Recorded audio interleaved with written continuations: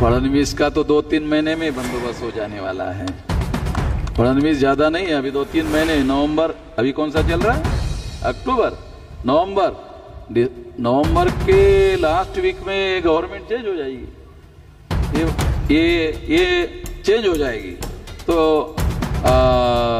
फडणवीस बाहर आ जाएगा।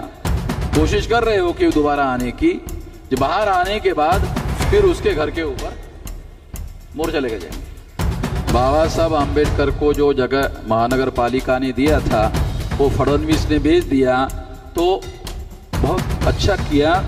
तो हमारे लोग फिर उठकर खड़ा होने के लिए तो आसान, ये एक ही मुद्दा बहुत है, और ज़्यादा मुद्दे हैं तुम बोल रहे हो, एक ही मुद्दा बहुत है फडणवीस का बंदोबस्त करने के लिए, वो करेंगे।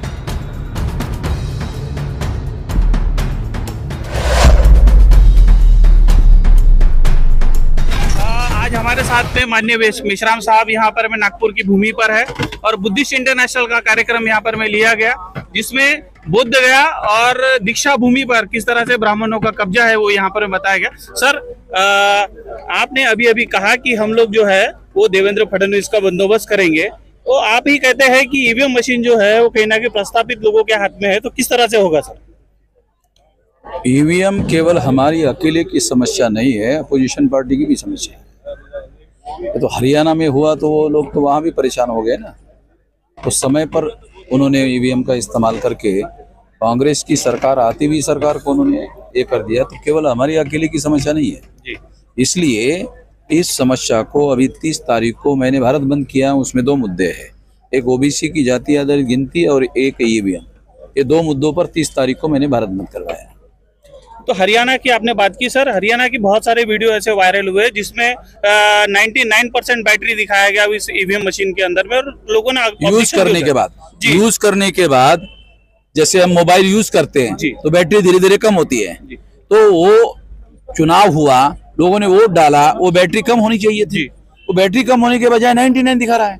इसका मतलब है कि वहां उन लोगों ने लास्ट पीरियड में चेंज किया, लेकिन लास्ट पीरियड में चेंज किया, लास्ट पीरियड का आंकड़ा है ना 99। जी बिल्कुल सर, तो विपक्ष कहीं ना कहीं आवाज उठाते हुए दिखाई नहीं दे रहा है। कांग्रेस ने भी तो ईवीएम में घोटाला करके किया ना, वो बोलते कि अगर हम ऐसा करेंगे तो ये बोलेंगे अरे तुमने भी तो किया, हम कर रहे हैं, अभी तुमने पहले किया, ये देश को रास्ता तो तुमने ही दिखाया। कांग्रेस इस मुद्दे पर कमजोर है, क्या करे, ऐसा वो सोचती है कि ये तो फिर हमारे ऊपर ब्लेम आ जाता है।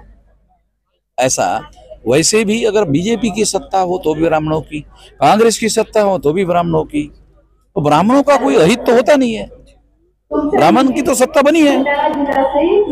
सर, एक सुप्रीम कोर्ट का जो निर्णय आया था काफी चर्चा में रहा है, सुप्रीम कोर्ट का निर्णय आया था काफी चर्चा में रहा है, वो शेड्यूल कास्ट में भी वर्गीकरण की बात करता है, उस पर क्या कहेंगे आप? नहीं, उसके लिए तो हम लोग आंदोलन कर रहे हैं, वो हम उसके विरोध में है। मगर अगर वंचित, मेरा क्या कहना है, वंचित लोगों को जिनको रिजर्वेशन का बेनिफिट नहीं हुआ शेड्यूल कास्ट के, तो वो आप लोगों की सरकार थी, उनको बेनिफिट क्यों नहीं दिया? अगर उनके पास, तुमने उस समय मेरिट मांगा, उनके पास मेरिट नहीं था, इस वजह से उनको आपने बेनिफिट नहीं दिया, तो अलग करके मेरिट पैदा कैसे होगा? मान लो एक थे, उसको अलग किया, अलग जिनको किया उसके अंदर अलग करने से मेरिट कैसे पैदा होगा? नहीं होगा। मेरिट पैदा करने का तरीका अलग है, अलग करने से मेरिट पैदा नहीं होगा। मेरिट पैदा होगा उस एजुकेशन के एरिया में, उनको उस तरह से डेवलप करने के लिए स्कीम चलानी होगी, एक बात। दूसरी बात, रिलैक्सेशन देना पड़ेगा कि जो एडवांस शेड्यूल कास्ट की जातियां है और जो ये बैकवर्ड जातियां है उसके अंदर उनको रिजर्वेशन में रिलैक्सेशन दिया जाएगा। अगर इनको 90% मांग रहे हैं तो ये 70% में भी, 60% में भी इनको लिया जाएगा। अगर सुप्रीम कोर्ट के लोग ऐसा जजमेंट देते तो उनके बेनिफिट में बात कर रहे हैं ऐसा मानते, मगर उनका नहीं, मेरिट के साथ कोई कॉम्प्रोमाइज नहीं किया जाएगा। इसका मतलब है वो मेरिट के साथ कॉम्प्रोमाइज नहीं करेंगे तो मेरिट इनमें उपलब्ध होगा नहीं होगा तो 3 साल वेट करेंगे, 1 साल 2 साल 3 साल वेट करेंगे, वेट करने के बाद में 3 साल अनरिजर्व कर देंगे। अनरिजर्वेशन के बाद वो जगह ओपन कैटेगरी के लोगों के लिए चली जाएगी। अरे को समझ आ रहा है? जी जी। ये साजिश का हिस्सा है। ये जिनको नाम पर वर्गीकरण किया उनको देने का कार्यक्रम नहीं है, उनको लगता होगा देने का, मगर मैं तो आपको विश्लेषण करके सबूत के साथ बता रहा हूं, क्योंकि उन्होंने मेरिट के साथ कॉम्प्रोमाइज करने का कोई मुद्दा तो बताया नहीं, रिलैक्सेशन देने की बात नहीं कही। सर महाराष्ट्र का अभी चुनावी मुद्दा अभी है सामने में, शायद 1-2 महीने में यहाँ चुनाव हो जाएंगे सर। इस नवंबर में रिजल्ट आ जाएगा जी, maximum first week of December. आप किस तरह से देखते हैं सर महाराष्ट्र के चुनाव को? देखो, दोनों तरफ से लोग पूरी तैयारी करके कर रहे हैं। एक सेंट्रल गवर्नमेंट है, दूसरी स्टेट गवर्नमेंट है, दोनों सरकार उनके पास है। अपोजिशन के पास न सेंट्रल में गवर्नमेंट है न स्टेट में गवर्नमेंट है, उतना आसान तो है नहीं, मगर ये 3 पार्टी के मजबूत पार्टी के लोग इकट्ठा हुए हैं, इसलिए वो लोग तैयारी कर रहे हैं।